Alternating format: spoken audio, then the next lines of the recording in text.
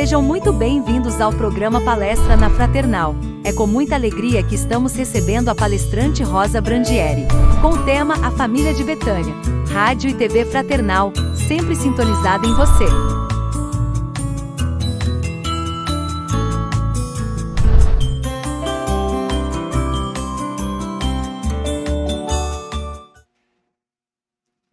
Olá, queridos ouvintes, estamos aqui hoje com bastante alegria para podermos refletir sobre um tema bastante interessante, bastante profundo, que é a família de Betânia. Nós vamos focar no livro de Amélia Rodrigues, Psicografia de Divaldo Pereira Franco, Primícias do Reino, capítulo 16. Nós escolhemos esse tema porque nós precisamos começar a pensar no que é que nós estamos focando a nossa existência. Como é que nós estamos pensando a cada dia o para que nós estamos aqui na Terra. Então, vamos juntos pensar um pouquinho hoje a respeito disso. Nesse tema, Amélia Rodrigues vai nos trazer que a cidade de Betânia é uma cidade a 1 hora da cidade de Jerusalém, ou melhor, era uma cidade que ficava a 1 hora de Jerusalém. E naquele dia de outubro do ano de 29, Jesus sai de Jerusalém, onde estavam acontecendo ali ânimos exaltados, inclusive com perseguições mais acirradas a ele. Por diversas razões que conhecemos na história, Jesus era muito perseguido pela filosofia de vida nova que ele vinha trazer a todos os povos e que nós temos até hoje como meta tentar entender e seguir. Então a rede de intrigas era muito grande, a perseguição a ele também. E Jerusalém estava em festas, eles chamavam de festas das tendas, naquele dia. Então ele sai dali com os discípulos, sabendo dos ânimos exaltados e sabendo o quanto era difícil para cada um enfrentar toda aquela situação. E ele sai em direção à cidade de Betânia. Amélia Rodrigues vai dizer que a cidade de Betânia era uma cidade muito especial, até pela paisagem dela, era um recanto de paz, um recanto para realmente refazimento. E Jesus, então, levando os seus discípulos lá, já estava num ato de sair daquele burburinho todo que estava acontecendo para poder estar numa cidade melhor para um refazimento espiritual. E ali na cidade de Betânia tem uma família maravilhosa que nós já ouvimos falar bastante, principalmente pelo ato que Jesus praticou com Lázaro. Tinha essa família de Lázaro, eram 3 irmãos, Lázaro, Maria e Marta. Ao chegar lá, então, Lázaro, que já sabia da vinda de Jesus, porque sempre assim, Jesus mandava uma pessoa, um dos discípulos, ir na frente avisando os hospedeiros, os anfitriões, que eles estavam a caminho, porque ele não ia sozinho, né? Ele sempre ia, ele e os 12 apóstolos. Então, as famílias que os recebiam precisavam de uma preparação toda. Então, vamos imaginar a ida de Jesus com os 12 apóstolos chegando na casa de Lázaro. Lázaro, Maria e Marta.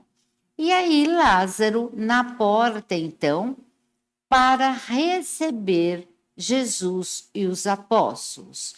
Ele chega e com toda a doçura que lhe caracterizava, porque Jesus sempre foi e ainda é uma pessoa doce e, ao mesmo tempo, enérgica.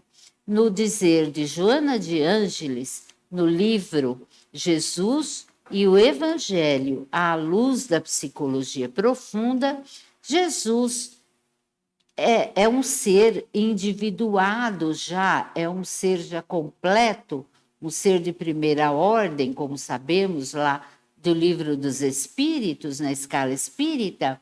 Então, ele dominava muito bem a questão da energia feminina e masculina, o ânimos e a ânima. Então, ele sabia falar com energia e doçura. Chegando, então, ele já diz: a paz esteja neste lar. E Lázaro, todo feliz em receber o mestre, já o recebe com toda docilidade também, com todo o carinho. E ali em Betânia, como em outros lugares, os ânimos estavam exaltados. E os vizinhos desta família tinham um certo temor pela vinda de Jesus ali. Mas a família de Betânia, não. Eles diziam abertamente para quem quer que fosse, inclusive seus vizinhos, que Jesus era um membro da família deles e sua presença era uma estrela naquela casa. Então, eles recebiam com carinho, sem nenhum protocolo de medo, nenhuma questão de que levasse a inibição para com os vizinhos. Eles eram muito espontâneos. Alguns meses depois, Jesus estará também nesta família, tirando Lázaro, segundo Amélia Rodrigues, da situação de catalepsia, que é uma outra situação dessa família. Alguns autores chamam de letargia. Fiquemos com Amélia Rodrigues, que estamos nos baseando hoje. Então, Jesus adentra a casa. Adentra, senta confortavelmente, e as duas irmãs já estavam preparando a casa para receber Jesus.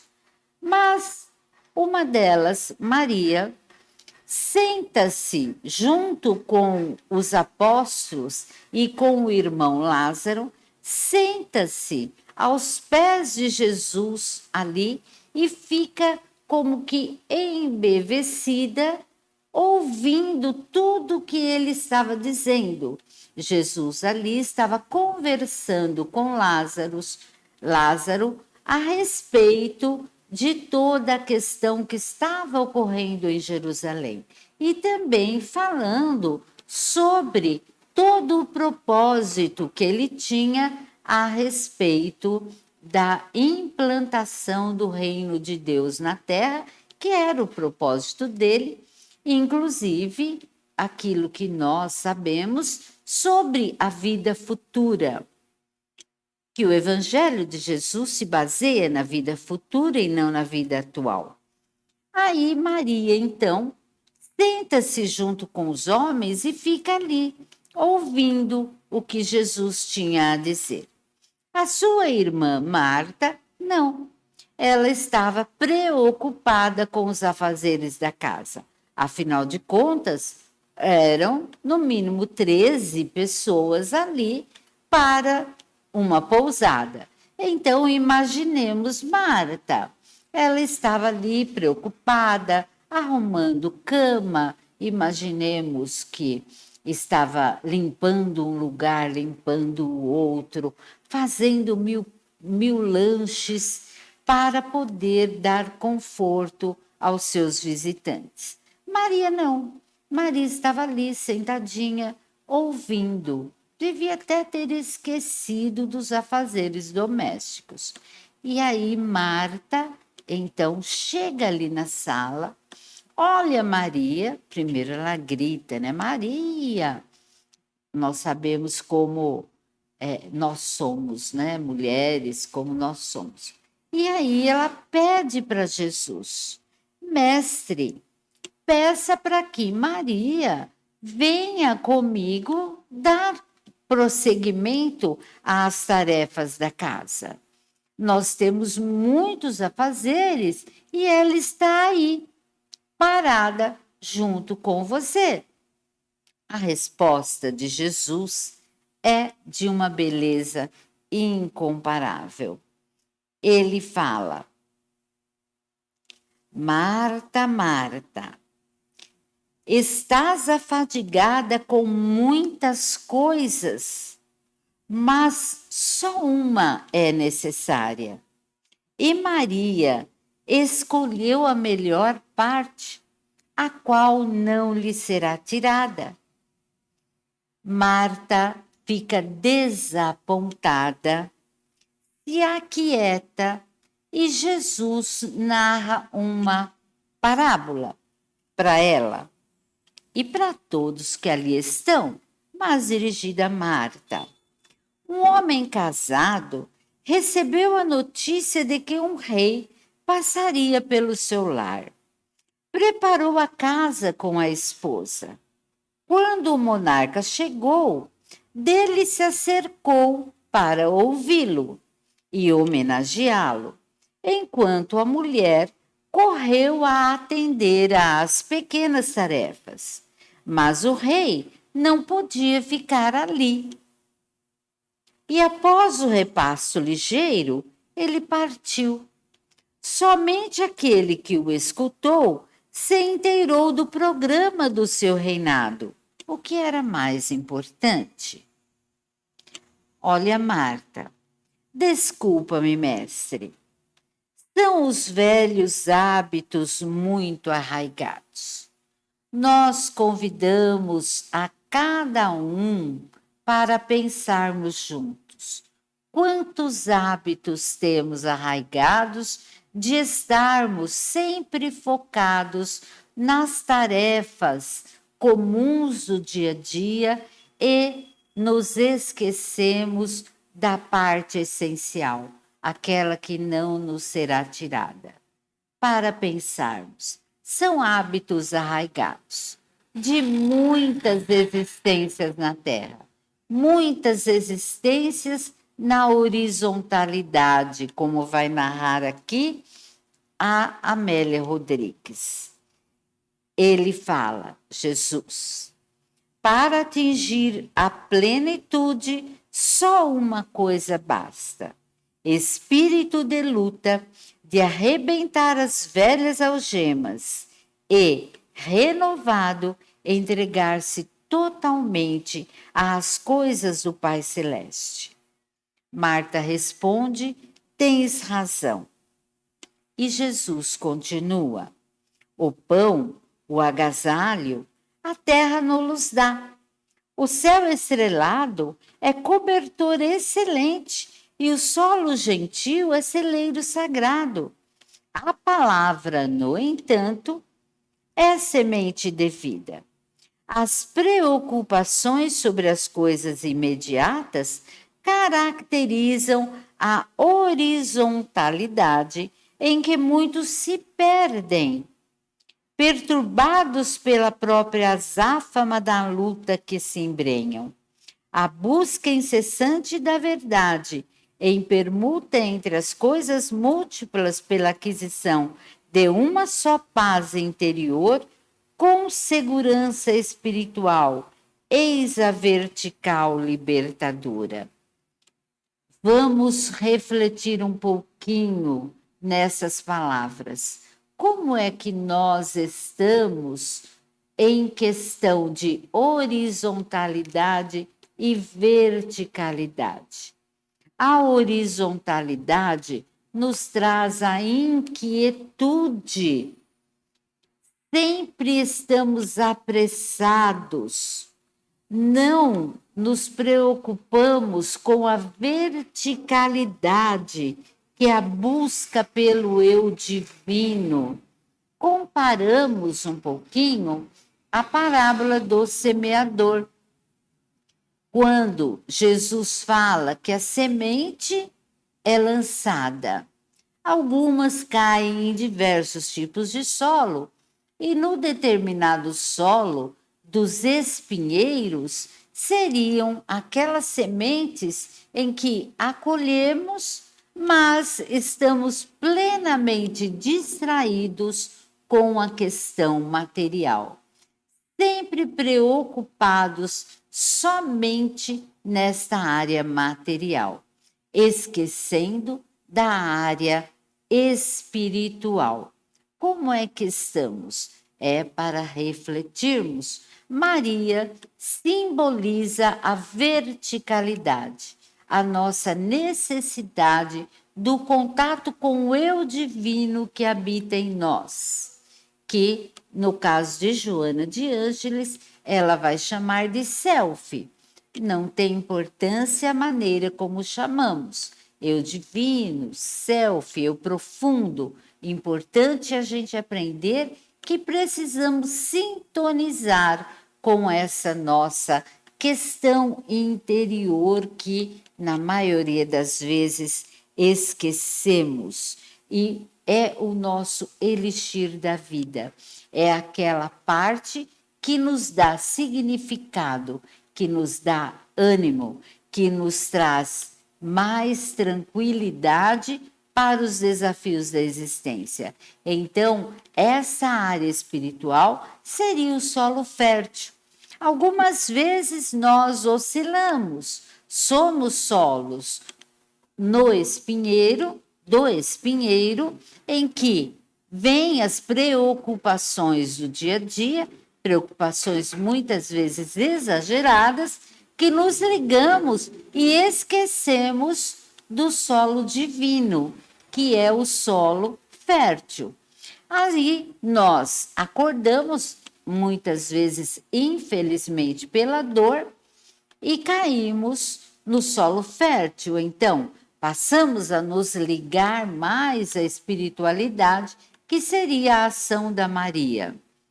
E quando vem as preocupações novamente, nós oscilamos novamente para aquele solo espinhoso, que são as preocupações materiais. Enfim, temos as duas partes. Nós muitas vezes somos Marta, muitas vezes somos Maria. Precisamos aprender a combinar o quanto eu sou Marta e o quanto eu sou Maria.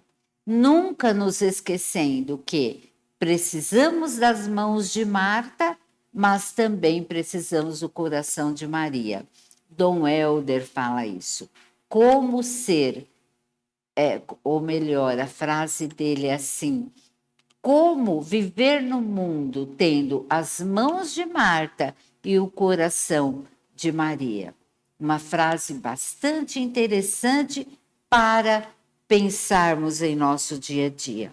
O lado Marta nosso é aquele lado ansioso, inquieto, do aqui e agora. Estamos sempre preocupados com aquilo que vai acontecer materialmente.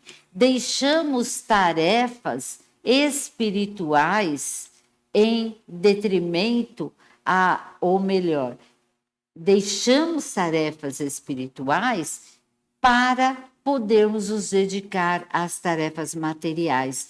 Quantas vezes eu preciso fazer isso, preciso fazer aquilo, então não dá para ir numa determinada tarefa. Pensemos nisso. Estamos predominando aí a Marta. Ela é importante? É sim, muito importante. Mas ela é a principal? Não. Precisamos refazer nossos conceitos. E a Maria, a parte Maria, é aquela em que não deixamos nossos afazeres, mas nos dedicamos ao lado espiritual. Temos esses dois lados que necessitamos fazer com que esses dois lados estejam sempre presentes e nunca deixarmos a espiritualidade do lado. Emmanuel nos coloca no livro Fonte Viva, numa das lições que se chama A Melhor Parte, o quanto nós esquecemos da parte de Maria. Nós nos deixamos anestesiar pelo lado material e esquecemos o lado espiritual. Como estava aqui Marta equivocada. Ela poderia ter deixado um pouquinho e lá depois, junto com Maria, fazer os afazeres. Então, Jesus continua falando para Marta e para todos os presentes, segundo aqui Amélia Rodrigues. Uns se aferram à posse, vamos nos identificando, e são vencidos pelo que possuem. Outros se encastelam nas paixões diversas do mundo e sucumbem soterrados ao peso delas. Inumeráveis se agarram às ambições e enlouquecem percorrendo-lhes as sendas escabrosas. E o mestre relanceia o olhar ao redor e, após breve pausa, prossegue. Os vencedores do mundo vivem inquietos e quando atravessam, isso é muito importante, quando atravessam o umbral do túmulo, estão sempre vencidos e sofredores, atados às amarras da retaguarda. Pensemos nisso. Ao desencarnarmos, se estamos muito aferrados a tudo que é material, continuamos lá preocupados, porque não somos outra pessoa ao desencarnar. Somos a mesma. Então, só que numa outra situação. Então, estamos preocupados, angustiados e com uma angústia a mais de estarmos fora do corpo e, se estivermos muito apego às pessoas, também depressivos por estarmos apegados. Amor é uma coisa, dependência é outra, apego é outra. Pensemos nisso para podermos ir trabalhando o nosso eu divino. E Jesus nos disse: vós sois deuses, podeis fazer o que eu faço e mais ainda. Muito bem. Somente os que conseguem vencer o mundo e suas alucinações, inclusive os medos que estamos passando. São muitas alucinações, esquecendo de que Deus é o dono do mundo e Jesus é o nosso governador planetário. Tudo está em mãos excelentes, né? Não poderia estar em melhores mãos. Então, vencermos as alucinações. Somente os que vencem ascendem verticalmente no rumo da glória espiritual sem infortúnio. Por essa razão, o Filho do Homem, que era ele, não possui uma pedra para repousar a cabeça, embora as aves do céu tenham ninhos e as serpentes e os lobos possuam covis. Desenhando todas as coisas, a uma apenas se atém, amar a todos indiscriminadamente, a fim de que o reino de entendimento, em perfeita comunhão de ideias, prontamente se estabeleça entre as criaturas da terra. E João, ouvindo Jesus falando ali com aquela firmeza, aquela afirmação maravilhosa, João se encanta, como sempre se encantava. Mas naquele momento, fala, puxa, que bom, né? Porque é tão bom a gente saber que a gente pode ter paz em meio a tanta confusão. E João pergunta para Jesus naquele momento, Senhor, Demorará muito a chegar essa hora de entendimento humano? É o nosso desejo, não é? Que o mundo se transforme, que a gente esteja num mundo melhor, num mundo mais pacificado. Mas para isso, lembremos, temos que começar de nós. A melhoria é do indivíduo para o coletivo. Quanto mais nós nos voltamos para dentro, mais nós vamos para fora para trabalho, porque a gente se convence da necessidade do trabalho externo e passa a ser mais útil. Por quê? Porque estamos convencidos de que se nós temos dificuldades, se nós temos problemas, é normal que o outro também tenha. E aí a gente cumpre aquilo que Jesus nos ensinou. Não dar maior importância ao cisco no olho do outro enquanto temos a trave no nosso. Aí Jesus responde para João: as sementes estão sendo lançadas. A floração e a colheita pertencem ao nosso Pai. Então, não depende, nós não sabemos quando que tudo vai florescer. Nós sabemos que estamos agora, e faz tempo, em transição planetária. Quando isso vai se dar? Quando nós nos transformarmos interiormente. À medida em que vamos nos transformando, a Terra também vai ganhando com isso e vamos acelerando o processo da regeneração a qual esperamos tanto. A nós, então, como nos ensina Jesus, cabe semear. O que é que estamos semeando? Para semear o bem, precisamos despertar para o bem. Precisamos descobrir que parte nós estamos vivendo. Lembrando da resposta de Jesus para Marta, Maria escolheu a melhor parte, a qual não lhe será tirada. E nós estamos escolhendo qual parte? Fica a pergunta para cada um refletir, cada um de nós. Em que momento eu estou agindo como Marta, que é muito importante, mas também em que momento eu estou agindo como Maria, que é a nossa essência, que é essencial. Muita paz a cada um, que possamos, então, refletir com Jesus sempre.